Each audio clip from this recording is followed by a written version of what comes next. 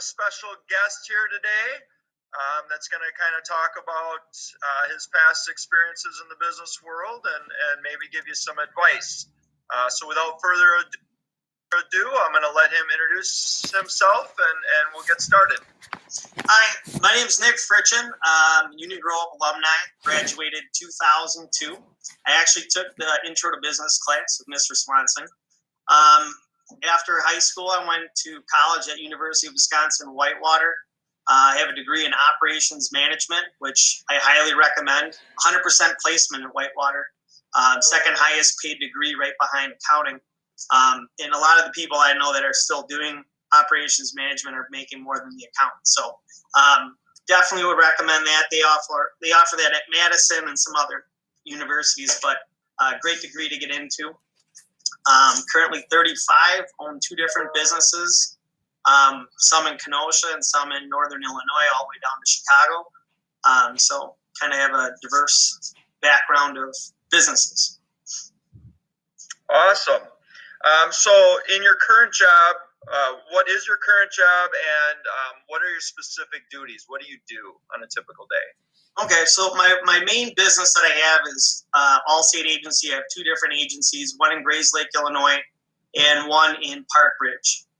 Being the agency owner, I'm not an employee of Allstate. I actually own my own franchise. So I do all my own hiring, firing, marketing, payroll, accounting. All the taxes go through me. Allstate isn't allowed to tell me what to do because I am an independent contractor. So they literally just say these are marketing tactics that are available, and then I have to take them and implement them with my staff. With having new staff, I have to train them. I also own the building that we have our office in, so I also do the maintenance on the property and things of that nature.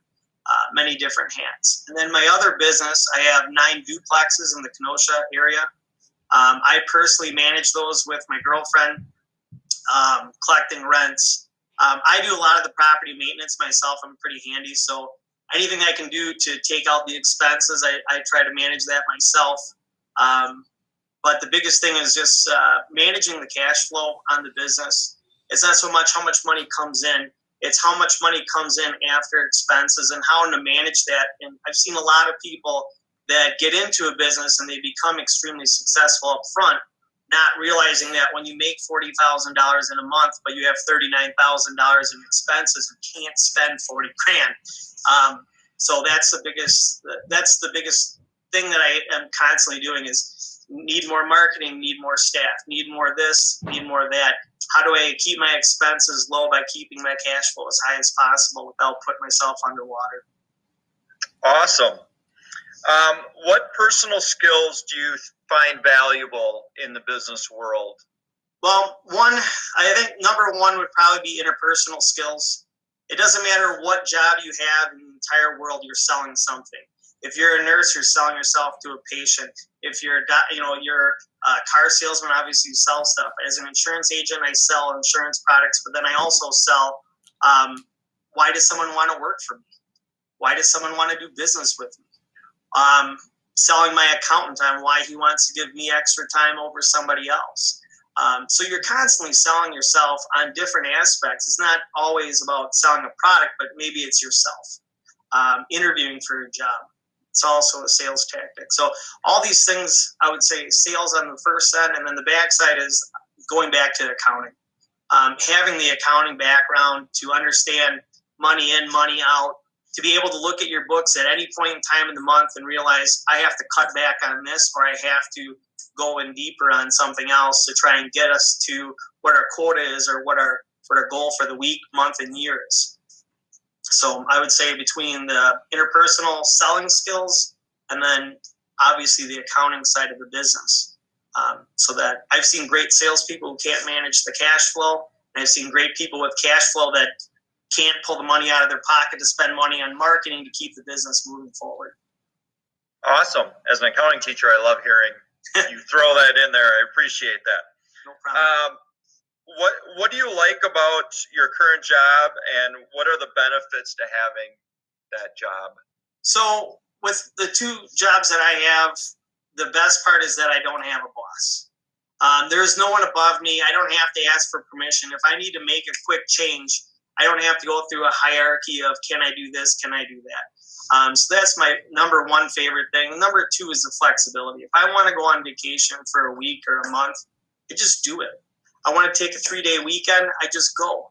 Long as you have the proper staffing, you have everything set up in place. I have flexibility that a normal 9-to-5 person wouldn't have, or an employee of a large company. It's beneficial. And then with everything being online now, I can hook up my computer at home and it shows that I'm at work. So my phone line comes in off of my internet service, and it shows that I'm sitting at my office at a desk. So long as I put a nice shirt and the coat on, you never know I wasn't at home or at work. Awesome. That's awesome. What's the biggest downside to your job? The biggest downside on the Allstate side is that I don't have control over pricing. So on my rental property side, if I had a vacancy and I need to make something happen to make my bills for the month, I could drop the rent on a vacant unit and try to get somebody in there, and I have control over that. But with Allstate, I sell a product that they set the price point on. And with that being said, even though I don't work for them, they do control a portion of my business on what I can and can't do based off of what pricing they want. And they have an algorithm based off of retention and new client growth and where they want their expense ratio. So they know what pricing they need to push to get to where their bottom line is. And that doesn't always line up with where my bottom line is. So that would be the biggest downside. The rental property side, not properly screening tenants, not following through on what you tell a tenant what you're going to do, because creating a good rapport with your tenants, as soon as you burn them one time, you start losing that respect model, and then they start not caring about your property as much and things of that nature. So being proactive, not being mean, but being proactive on everything you do with them. The downside is if you let it slip a little bit, it could be thousands of dollars worth of damage to your property, or you're filing lawsuits to have people evicted. So those would be the downsides. Okay, great. Final question. What do you wish you would have known when you were in high school that you feel would have benefited you in your post-high school life? So what advice do you have for my students?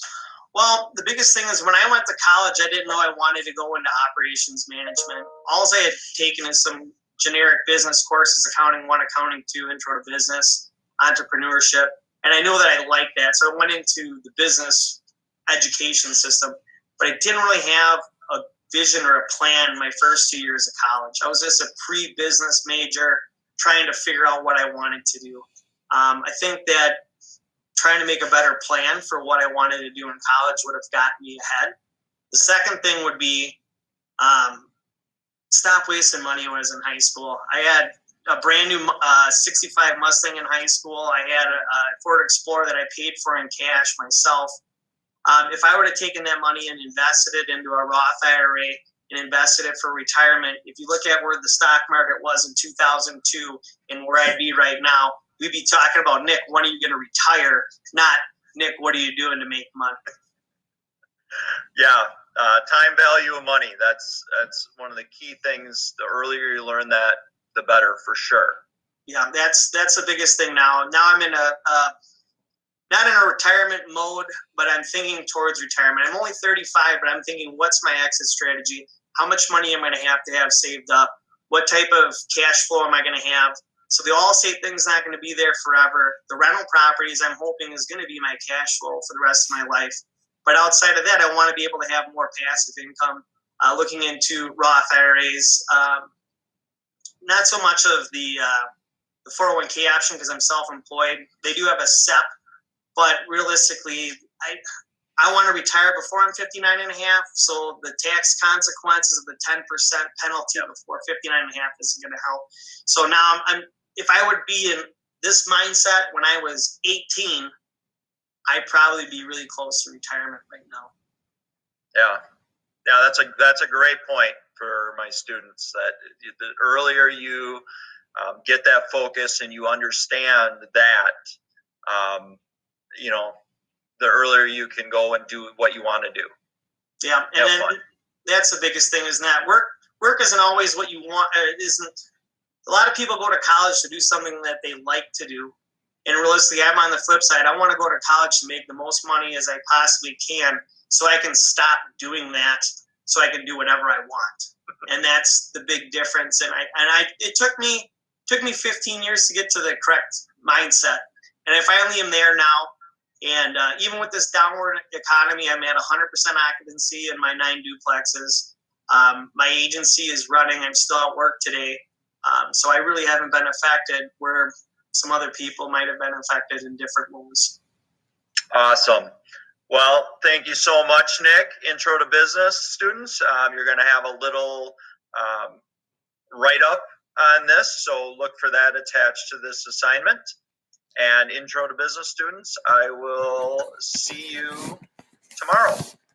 Bye.